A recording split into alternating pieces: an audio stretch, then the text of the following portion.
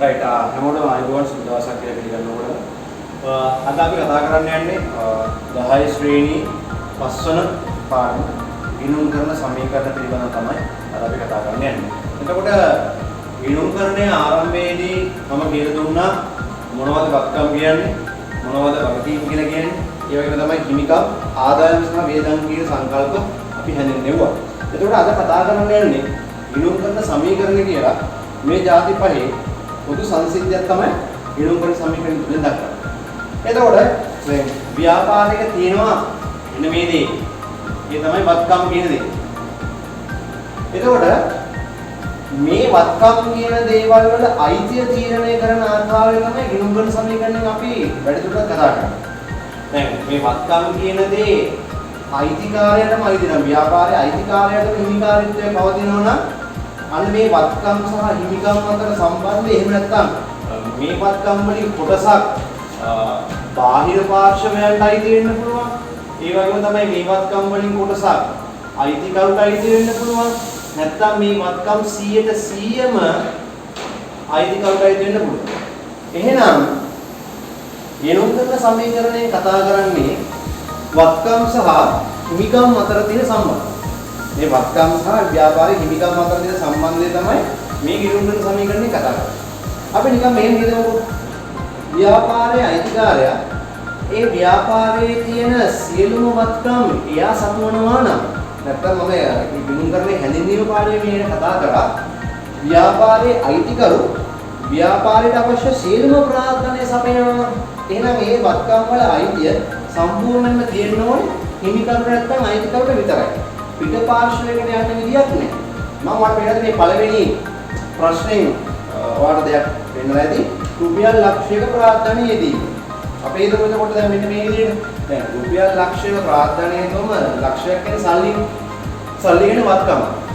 ඒ වගේම තමයි මම කලින් පාඩමේ කියලා දුන්නා ගිණුම් කරන හැඳින්වීම පාඩමේ කියලා දුන්නා. ප්‍රාර්ථනාව කියලා කියන්නේ ව්‍යාපාරයේ අයිතිකාරයාගේ අයිතිය නැත්නම් හිමිකම.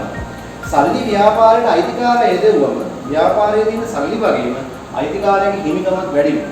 එහෙනම් මම මෙන්න මේ විදිහට සමීකරණයක් දල වශයෙන් ලියාගන්නවා දැනට. මෙන්න මේ විදිහට. වත්කම් සමානයි මෙන්න මේ විදිහට හිමිකම් කියන. දැන් ඒකවල හිතන්න රුපියල් ලක්ෂයක ප්‍රාර්ථනාවක් දැම්මම මම කිව්වා ලක්ෂයක් කියන්නේ සල්ලි. එහෙනම් අයිතිකාරයා ව්‍යාපාරයට සල්ලි දැම්මම ව්‍යාපාරයේ සල්ලි කියන වත්කම වැඩි වෙනවා. මම මේක මෙන්න මේ ආකාරයෙන් ලියනවා. මේ වැඩි උනේ මොකද්ද? සල්ලි කියලා කියන්නේ සාමාන්‍යයෙන් කියන්නේ මුදල. හරිද? පළවෙනි ගණන් දෙක මම මේක තමයි ඕන වෙන්නේ. right? රුපියල් ලක්ෂයක මුදල් වැඩි වෙනවා. ඒ වගේම මේ ලක්ෂය තනිකරම අයිතිකාරයාගෙන වැඩ කාර්යයක් දෙන්නේ. එහෙනම් එයාගේ හිමිකම ලක්ෂයකින් වැඩි වෙනවා. එහෙනම් හිමිකම වැඩි වෙන්න හේතුව මොකද්ද? ප්‍රාර්ථනාවේ දුරු නිසා. ප්‍රාර්ථනාවේ දුරු නිසා.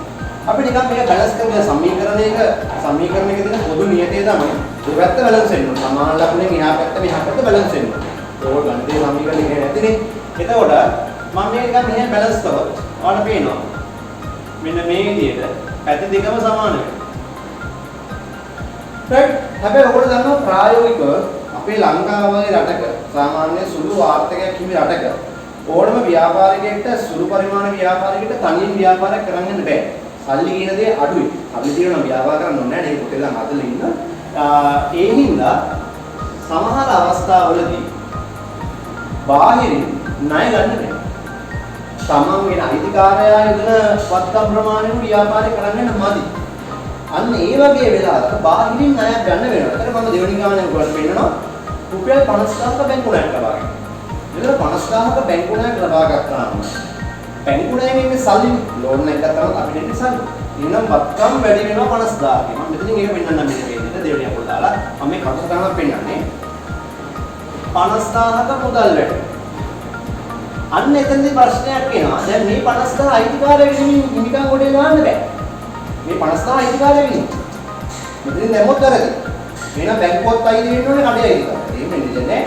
එහෙනම් මේක බාහිරින් එන වගකීමක් නිසා මේ සමීකරණයට තවත් කෑල්ලක් එකතු වෙනවා. දැන් ළඟට හම්බුලා එකතු වෙන ලකුණු ගන්න. අර කියන ලකුණු දාන්න ඕනේ නෑ. සමීකරණයට තව කෑල්ලක් එකතු වෙනවා. එහෙනම් මම වගකීම් කියන කෑල්ල එකතු කරලා මේ 50000 වගකීම් යටතේ දානවා ණය කියලා නැත්නම් බැංකු ණය. දැන් මේ සමීකරණය බැලන්ස් කරලා බලන්න. සම්පූර්ණ වත්කම් ඔයාලට වෙන මේ වත්කම් ගත්තේ සම්පූර්ණ වත්කම් 1.50ක් බවට පත් වෙනවා. හැබැයි මේ 1.50ම අයිතිකාරට අයිති නෑ. අයිතිකාරට අයිති ලක්ෂයයි පිටින් වෙන පාර්ශවයකට 50000ක් අයිති. හැබැයි සමීකරණය බැලන්ස් වෙනවා. බැලන්ස්. අන්න එකයි මම කියන්නේ. සමීකරණයක් වල දෙපැත්ත බැලන්ස් වෙනවා. මෙතන උනේ මොකද්ද? දැන් ව්‍යාපාරයේ සම්පූර්ණ වත්කම් දින 1,50,000. ඒ 1,50,000ම අයිතිකාරට අයිති නෑ. ඔයාලට මතකද අයිතිකාරට අයිති කීයද? 1 ලක්ෂ විතර. එහෙනම් මේ 50,000 බාහිර වගකීමක් ඇති වෙනවා. එන එක හොඳට මතක තියාගන්න. බාහිර වගකීම් ඇති වුණාම වෙනම වගකීම් තීරුවක් අපි සමීකරණයට එකතු වෙනවා. එතකොට අයිතිකාරයාගේ මේ වත්කම් ප්‍රමාණය සමාන වෙන්නේ හිමිකමට විතරක් නෙමෙයි වගකීම් වලටත් එක තමයි සමාන වෙන්නේ. right? එහෙනම් මේ සංසිද්ධිය මතක තියාගන්න. මම ඊළඟ කොටසින් ඔයගොල්ලන්ට ඊළඟ වීඩියෝ එකෙන් අරගෙන ඉන්න කොහොමද ආදායම් වියදම් විනුම් කරන සමීකරණ ගලපන්නේ කියලා. මොකද අනිවාර්යෙන් කෙනෙක්ට ප්‍රශ්නයක් ඇති. මොකද ප්‍රශ්නේ තමයි දැන් වත්කමුයි හිමිකමුයි වගකීමුයි තියෙනවා. ඉතින් කො ආදායම් වියදම් මේකේ නැහැ. දැන් ඊළඟ වීඩියෝ එකේ බලමු ආදායම් වියදම් ගලපන හැටි. එහෙනම් මම ඔයාලට මේ කරපු පැහැදිලි කිරීම අනිවාර්යෙන් තේරෙන්නේ නැති. අපි නැවත වීඩියෝ එකක් හම්බ කරගන්න මේක මතකේ තියාගන්න.